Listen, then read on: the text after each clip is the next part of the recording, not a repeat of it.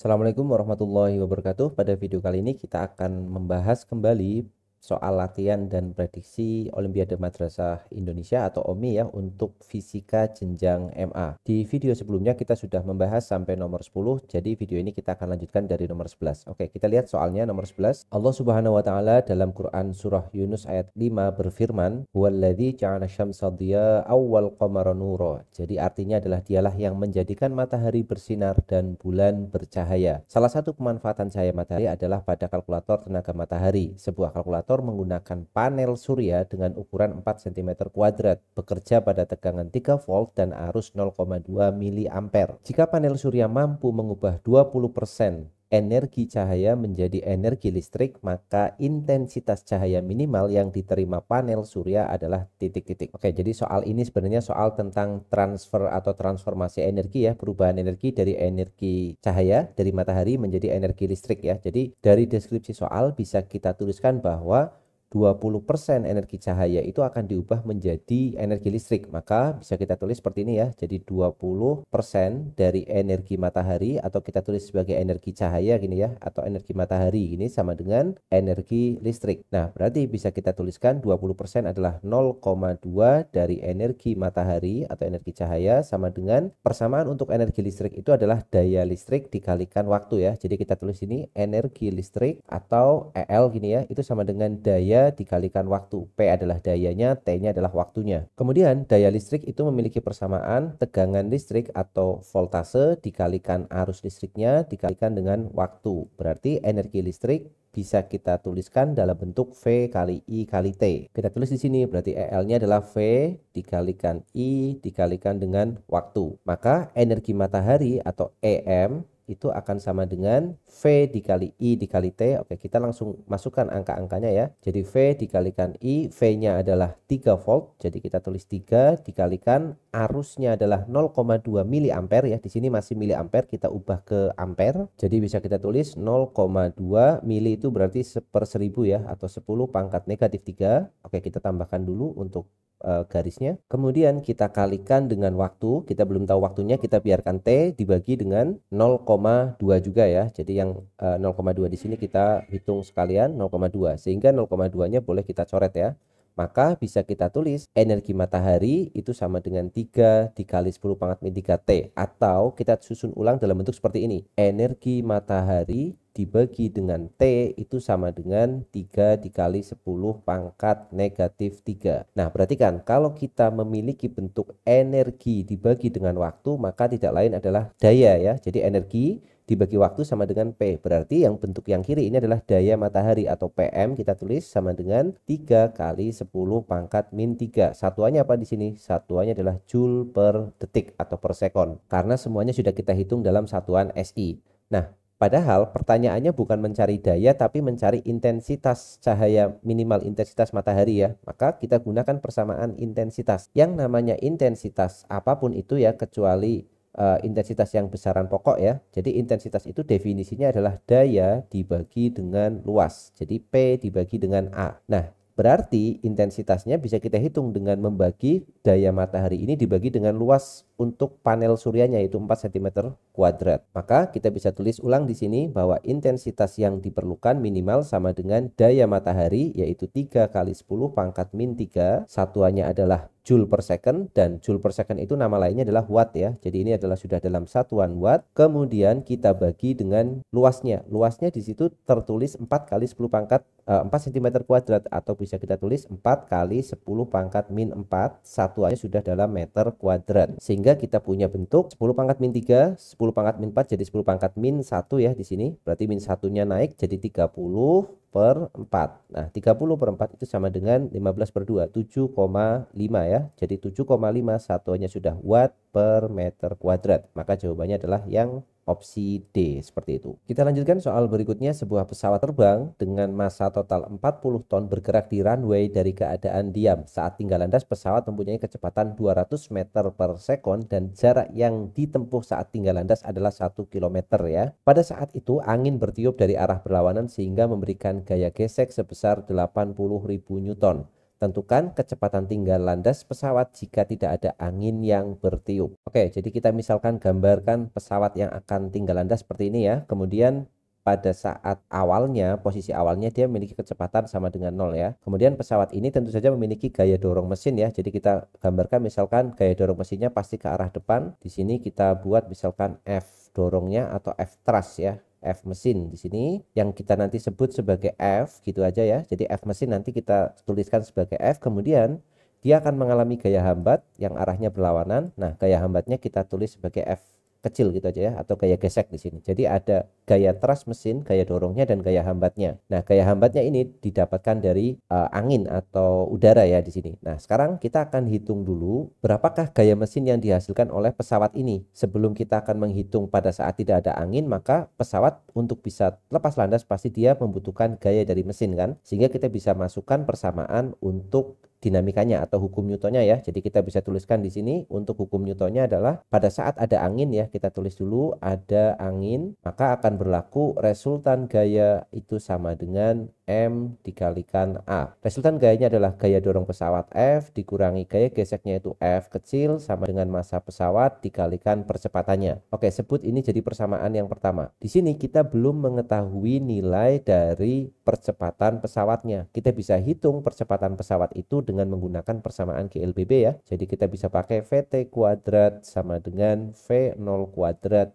plus 2AS. Yang mana V0-nya adalah 0 ya di sini. Kecepatan awal pesawatnya adalah 0, VT-nya adalah kecepatan take off-nya atau kecepatan tinggal landasnya 200. Berarti kita bisa tuliskan 200 kuadrat itu sama dengan 0 ditambah dengan 2 dikali A dikali S-nya adalah 1 km atau kita tulis dalam satuan meter jadi 1000 ya. Berarti kita punya 4, 0, 1, 2, 3, 4 sama dengan 2000 A. 2 kali 1000, 2000 ya. Ini 200 kuadrat adalah 40.000. 1, 2, 3 kita coret 1, 2, 3. Jadi 40 dibagi 2. Maka kita dapat percepatannya adalah 20 meter per sekon kuadrat sama dengan A. Oke, jadi ini adalah percepatan pesawat yang dihasilkan pada saat dia itu terbang ada angin ya. Maka dengan memasukkan nilai A ke persamaan 1, oke kita sebut ini sebagai persamaan 2 ya. Maka kita masukkan persamaan 2 ke persamaan 1, kita akan dapat gaya dorong pesawatnya. Oke, kita lanjutkan di sini ya. Berarti persamaan 2 kita masukkan nilai dari 2 masukkan ke 1. Maka kita dapat F dikurangi gaya geseknya adalah 80.000 sama dengan massa pesawatnya adalah tadi disebutkan massa pesawatnya 40 ton. Jadi 40.000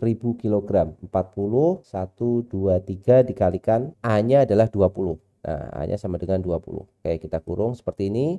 Sehingga kita dapat nilainya F itu sama dengan 40.000 dikali 20 berarti 800.000. Kemudian ditambah dengan 80.000 ya. 80.000 betul ya. Berarti F-nya atau gaya dorong pesawatnya itu sama dengan 880.000 Newton. Nah, ini adalah gaya dorong yang mampu dihasilkan oleh mesin pesawat. Baik itu ada angin maupun tidak ada angin, maka mesin pesawat akan memiliki gaya dorong sebesar ini. Maka kita bisa hitung untuk yang kedua, kecepatan tinggal landas pesawat kalau tidak ada angin. Maka kita masukkan di sini tidak ada angin. Nah, kalau tidak ada angin artinya sigma F-nya itu hanya gaya dorong. Sigma F sama dengan M dikalikan A. Sigma F-nya hanya gaya dorong pesawat sama dengan M dikalikan A karena F kecilnya itu enggak ada ya. Kita masukkan nilai F-nya adalah 880.000 itu sama dengan massa pesawatnya tadi 40.000 ya, 40 ton. Berarti 40.000 dikalikan A. Oke, 1 2 3 4 1 2 3 4. Berarti 88 dibagi dengan 4 berarti A-nya sama dengan 22 meter per sekon kuadrat. Ini adalah nilai percepatannya saat kapan? Saat tidak ada angin. Jadi ini adalah percepatan pesawat jika tidak ada angin. Selanjutnya untuk menghitung kecepatan tinggal landas kita gunakan lagi persamaan GLBB ya. Jadi untuk kecepatan tinggal landas saat tidak ada angin kita masukkan nilainya atau persamaannya dulu. Jadi VT kuadrat sama dengan V0 kuadratnya nanti 0 ditambah dengan 2 dikali A dikali S ya. Jadi VT kuadrat itu sama dengan 0 ditambah 2 dikalikan 22. Kemudian kita kalikan S-nya tadi landasan pacunya adalah 1 km ya. Jadi S-nya tidak berubah yaitu 1 km atau kita tuliskan 1000 meter. Sehingga VT-nya itu sama dengan akar dari 2 kali 2 itu adalah 44, 1, 2, 3 ya, 44.000. Satuannya ini sudah meter per second. Kalau kita hitung dalam desimal, kita akan dapat hasilnya adalah 209,76 ya. Sedikit lebih besar daripada pada saat ada angin ya, 209,761 atau kita bisa bulatkan 209,8 meter per second. Nah, inilah kecepatan saat pesawat tersebut tinggal landas tanpa ada angin, seperti itu. Kita lanjutkan soal berikutnya. Dalam sebuah kejadian bunyi merambat di udara dengan kecepatan 340 meter per second, dan jika kemudian merambat di dalam air, kecepatan bunyi akan meningkat dari keadaan sebelumnya ya. Kita tahu bahwa bunyi itu akan merambat paling cepat itu di padat dan paling lambat itu adalah di udara. Kemudian dalam keadaan lain ada seberkas cahaya datang dari udara yang nilai indeks biasnya atau N-nya sama dengan 1 dengan kecepatan 3 kali 10⁸ meter per second. Jika cahaya tersebut dilewatkan pada sebuah media lain dengan indeks bias N sama dengan B dikalikan N air ya. Jadi N-nya itu nanti B dikalikan N air. Dengan B adalah jumlah rakaat qashar sholat maghrib, maka kecepatan cahaya saat itu menjadi titik-titik kali semula. Oke, jadi di sini kasusnya adalah kasus pembiasan. Ini materinya di optik berarti ya. Jadi ada cahaya yang datang dari udara ke suatu medium atau indeks ya. Kita diminta mencari kecepatan cahaya di medium tersebut. Nah, untuk menghitung kecepatan cahayanya kita bisa menggunakan persamaan atau hukum Snellius ya, yang kita tuliskan seperti ini kan, N1 dikali V1 sama dengan N2 dikalikan V2 ya. Kalau ingin lengkap belajar persamaan Snellius itu bisa kita tuliskan seperti ini, N1 per N2 itu sama dengan sin R dibagi dengan sin I, yang mana R sama I itu adalah sudut bias dan sudut datang. Gini ya, kita tulis ulang, sama dengan V2 per V1 sama dengan lambda 2 per lambda 1.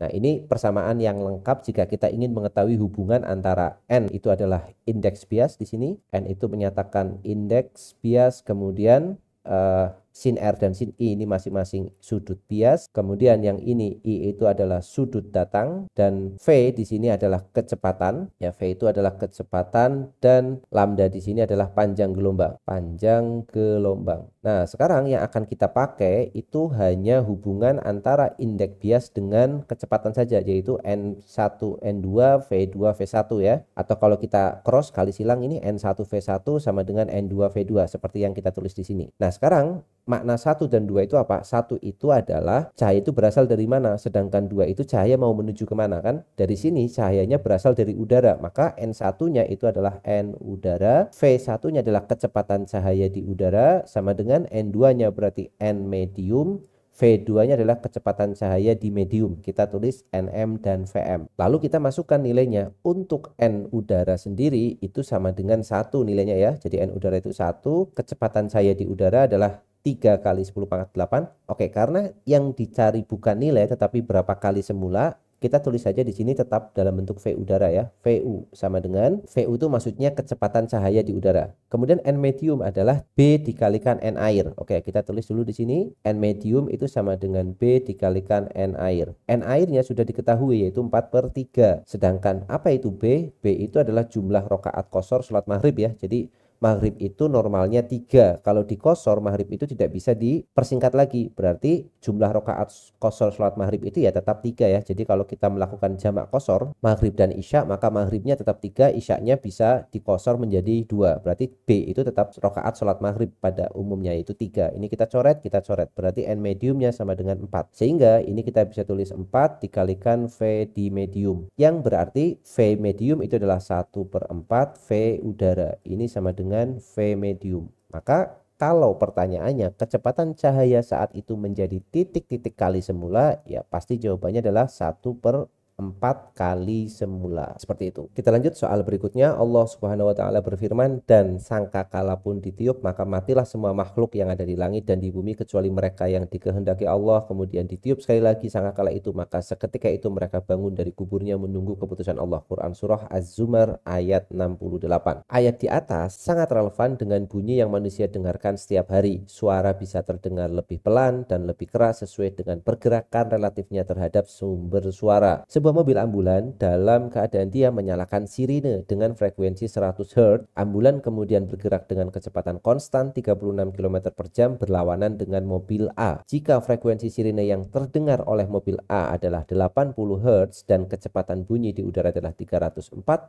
meter per second, maka kelajuan mobil A adalah titik-titik kilometer per jam. Oke, jadi untuk soal nomor 14 ini soal yang berkaitan dengan bunyi ya, lebih tepatnya adalah tentang efek Doppler. Jadi efek Doppler itu adalah peristiwa di mana kita mendengarkan frekuensi dari suatu bunyi itu berbeda relatif terhadap gerak relatif masing-masingnya. Jadi misalkan ada ambulan yang bergerak mendekati kita, maka kita akan mendengar lebih keras, lebih tinggi maksudnya frekuensinya. Sedangkan pada saat ambulannya menjauhi kita, maka dia akan mendengar lebih rendah frekuensinya. Nah, untuk menghitung berapa frekuensi yang kita dengar, maka kita akan gunakan persamaan seperti ini ya. Jadi frekuensi yang didengar kita tulis VP itu sama dengan V plus minus VP, nanti kita beri penjelasan dibagi dengan V plus minus VS. Nah, V plus minus VS dikalikan Fs. Jadi P di sini itu maksudnya adalah pendengar, sedangkan S di situ maksudnya adalah sumber. Jadi S di sini adalah frekuensi sumber, kemudian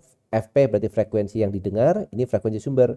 Vp kecepatan pendengar, Vs kecepatan sumber. Nah, V di sini adalah kecepatan bunyi ya.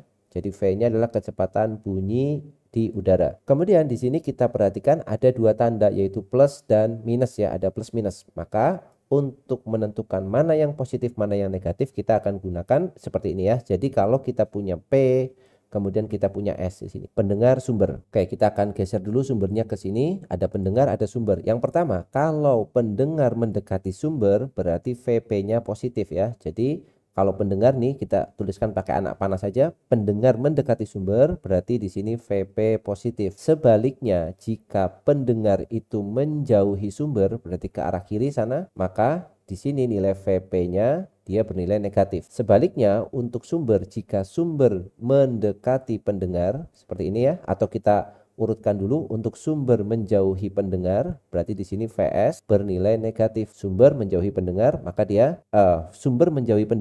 positif ya. Kalau sumbernya menjauhi pendengar dia positif, sedangkan jika sumber mendekati pendengar maka dia negatif. Ini VS-nya negatif seperti ini. Nah, ini akan kita pakai untuk mengerjakan persamaan ini ya. Nah, di sini kita tulis ulang dulu persamaannya. Jadi yang jadi sumber itu adalah ambulans ya. Jadi sumbernya adalah ambulans, pendengarnya adalah mobil A. Sehingga kita tulis persamaannya V yang didengar mobil A itu sama dengan V bunyi plus minus. Kita tulis plus minus dulu. V sumber ya, sumbernya adalah ambulan berarti VAM gitu ya, V ambulan. Kemudian dibagi dengan masih sama V plus minus V mobil A atau VA dikalikan frekuensi ambulan VS, kita tulis VS saja seperti ini. Nah, sekarang kita masukkan angkanya ya. Frekuensi yang didengar oleh mobil A itu adalah 80 Hz. Berarti di sini 80 sama dengan ini kita tulis kecepatan bunyi di udaranya adalah 340, satuannya meter per second. Maka ini 340, ini juga 340 ya. Nah, sekarang kita lihat ambulan itu bergerak bagaimana? Ambulannya bergerak dengan kecepatan konstan 36 km per jam berlawanan dengan mobil A. Jadi ambulannya menjauhi, sumber menjauhi pendengar. Berarti ini nanti akan plus. Kemudian untuk pendengarnya itu bergerak menjauhi juga karena mereka saling menjauh ya. Kalau kita perhatikan mobil ambulan dalam keadaan dia menyalakan sirene, ambulan bergerak dengan kecepatan konstan berlawanan dengan mobil A. Nah, dari sini kita tahu bahwa geraknya berlawanan ya.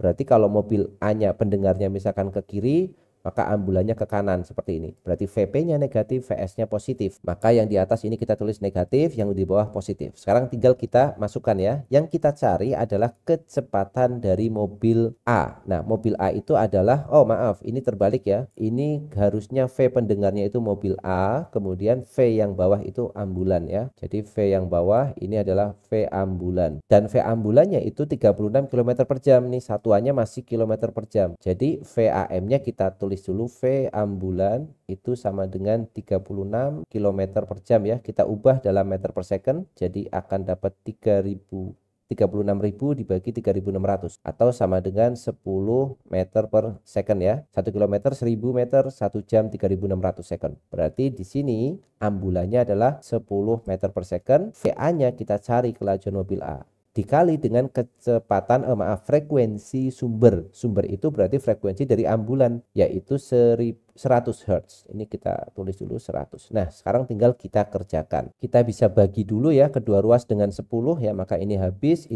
berarti tinggal 10-nya kita pindahin ke 8 dulu ke kiri, jadi 8/10 ya, atau kita bagi semua dengan 10. Ini akan sama dengan 340 dikurangi dengan V ambulan, V mobil A maaf, dibagi dengan 350. Oke, kita coret 350 dengan 10 ya, dibagi boleh. Berarti tinggal 35 dikalikan 8. Kita akan dapat 35 kali 8 itu adalah 280 sama dengan yang ruas kanannya kita tulis ulang 340 dikurangi VA. Sehingga kita dapat nilai VA-nya itu sama dengan 340 dikurang 280. Maka kita dapat VA-nya berarti 60 ya. VA-nya adalah 60 meter per sekon. Nah, yang di sini jawabannya itu masih dalam meter per sekon. Untuk soalnya meminta dalam kilometer per jam, maka tinggal kita ubah lagi ya, 60 meter per sekonnya itu dalam kilometer per jam. 60 kemudian meter per sekon berarti 60 dikali meter itu adalah 1/1000 kilometer dibagi 1 sekon itu 1/3600 jam ya. Atau bisa kita balik ya, jadi 60 dikalikan 3600 dibagi dengan 1000. Kita coret nolnya 2, coret nolnya 2, kemudian coret 1, coret 1. Tinggal kita punya 36 kali 6. Jawabannya adalah 216 km per jam. Nah, ini ambulannya ngebut sekali ya, 216 km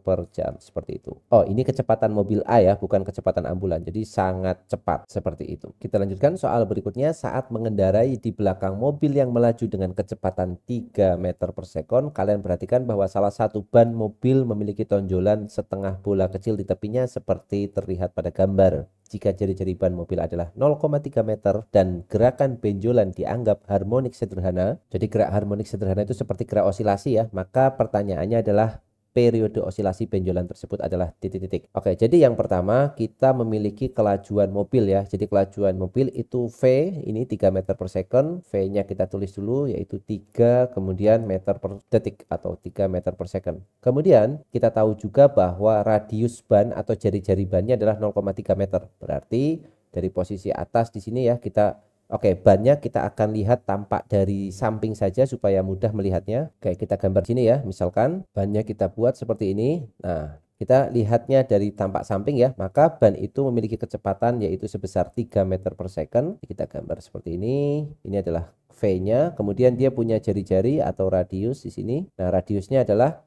0,3 meter. Ini adalah R-nya. Oke, kita tidak perlu tulis angkanya ya. Jadi R-nya sudah diketahui. Oke, kita gambar seperti ini. Nah, kemudian ban itu nanti akan bergerak ya, akan memutar di sini, berarti ban itu akan punya omega nanti. Omeganya mudah kita hitung yaitu dengan menggunakan hubungan antara V, R, dan omega, yaitu V itu sama dengan omega dikalikan R.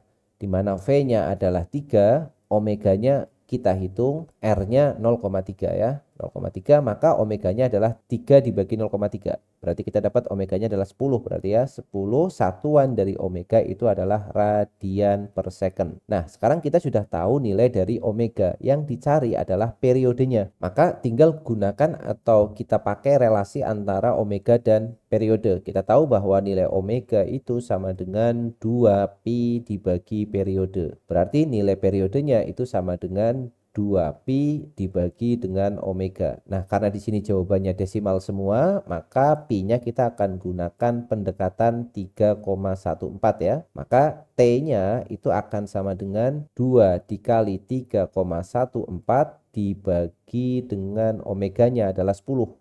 Berarti 6,28/10 atau 0,628 sekon. Nah, sekarang kita sudah dapat periodenya untuk benjolan ini, misalkan dari posisi atas kembali ke posisi atas lagi, yaitu sebesar 0,628 detik atau sekon. Maka jawabannya adalah yang A, seperti itu. Oke, jadi pada video ini kita selesaikan dulu sampai nomor 15 ini ya. Jadi semoga bermanfaat videonya. Nanti kita akan lanjutkan soal-soal latihan lainnya di video berikutnya. Terima kasih yang sudah menyaksikan. Sampai jumpa di video selanjutnya. Assalamualaikum warahmatullahi wabarakatuh.